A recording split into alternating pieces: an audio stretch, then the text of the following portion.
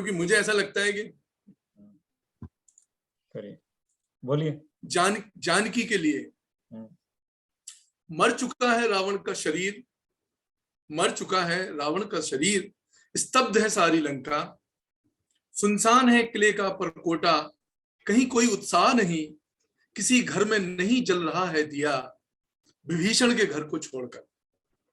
सागर किनारे बैठे हैं विजयी राम, विभीषण को लंका का राज्य सौंपते हुए, ताकि सुबह हो सके उनका राज्याभिषेक।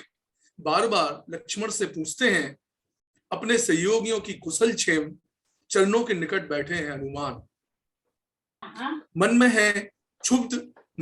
क्षुब्ध है लक्ष्मण कि राम क्यों नहीं लेने जाते हैं सीता को अशोक वाटिका से, पर कुछ कह नहीं पाते। धीरे धीरे सिमट जाते हैं सभी काम, हो जाता है विभीषण का राज्याभिषेक, किंतु राम प्रवेश नहीं करते लंका में, बाहर ही ठहरते हैं एक ऊंचे टीले पर। भेजते हैं हनुमान को अशोक वाटिका, यह समाचार देने के लिए कि मारा गया है रावण और अब लंकाधिपति है विभीषण। सीता सुनती हैं इस समाचार को और रहती हैं खामोश, कुछ नहीं कहती, बस निहारती हैं रास्ता। रावण का वध करते ही वनवासी राम बन गए हैं सम्राट।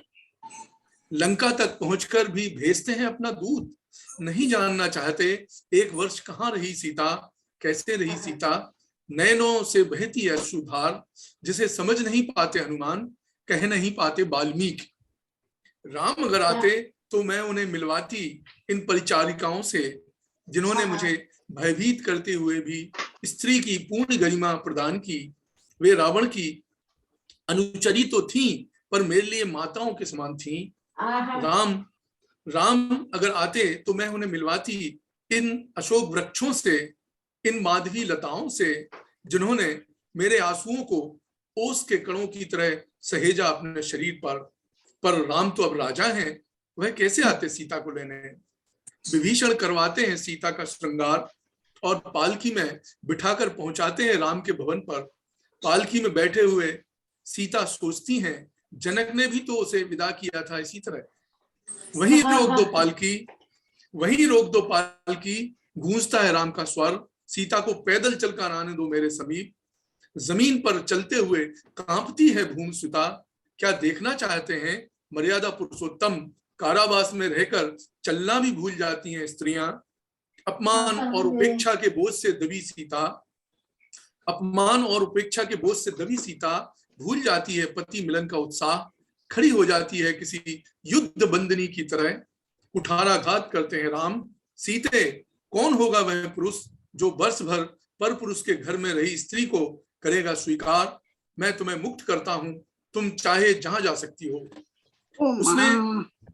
उसने तुम्हें अंक में भरकर उठाया और मृत्यु पर्यंत तुम्हें देखकर जीता रहा। मेरा दायित्व था तुम्हें मुक्त कराना, पर अब नहीं स्वीकार कर सकता तुम्हें पत्नी की तरह। वाल्मीकि के नायक तो राम थे, वे क्यों लिखते सीता का रुदन और उनकी मनोदशा। उन क्षणों में क्या नहीं सोचा होगा सीता ने कि क्या यह वही पुरुष है जिसका किया था मैंने स्वयंवर में वरण।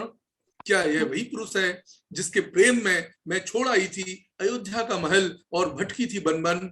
हाँ, रावण ने उठाया था मुझे गोद में, हाँ रावण ने किया था मुझसे प्रणय निवेदन, पर वह राजा था, चाहता तो बलात् ले जाता अपने रनिवास में, पर रावण पुरुष था, उसने मेरे स्त्रीत्व का अपमान कभी नहीं किया, भले ही वह मर्यादा पुरुषोत्तम न कहलाए इतिहास में। यह सब कहला तो नहीं सकते थे वाल्मीकि, क्योंकि उन्हें तो राम की कथा कहनी थी। आगे की कथा आप सब जानते हैं। सीता ने अग्नि परीक्षा दी, कवि को कथा समेटने की जल्दी थी। राम, सीता और लक्ष्मण अयोध्या लौट आए। नगर वासियों ने दीपावली मनाई, जिसमें शहर के धोबी शामिल नहीं हुए। आज दशहरे की रात मैं उदास हूं उस रावण के लिए जिसकी मर्यादा किसी मर्यादा पुरुषोत्तम से कम नहीं थी। मैं उदास हूं कवि वाल्मीकि के लिए जो राम के समक्ष सीता के भाव लिख न सके। आज इस दशहरे की रात मैं उदास हूं स्त्री की अस्मिता के लिए, उसकी शाश्वत प्रतीक जानकी के लिए। क्या बात, बहुत सुंदर, पता है बहुत सुंदर। मेरे सारे रोए खड़े रहे, पूरी गलती कविता हो गई तक। है। बहुत सुंदर आदरणीय लिखा है, बहुत सुंदर लिखा है, बहुत बढ़िया। और लिखी हुई है। और अनफॉर्चुनेट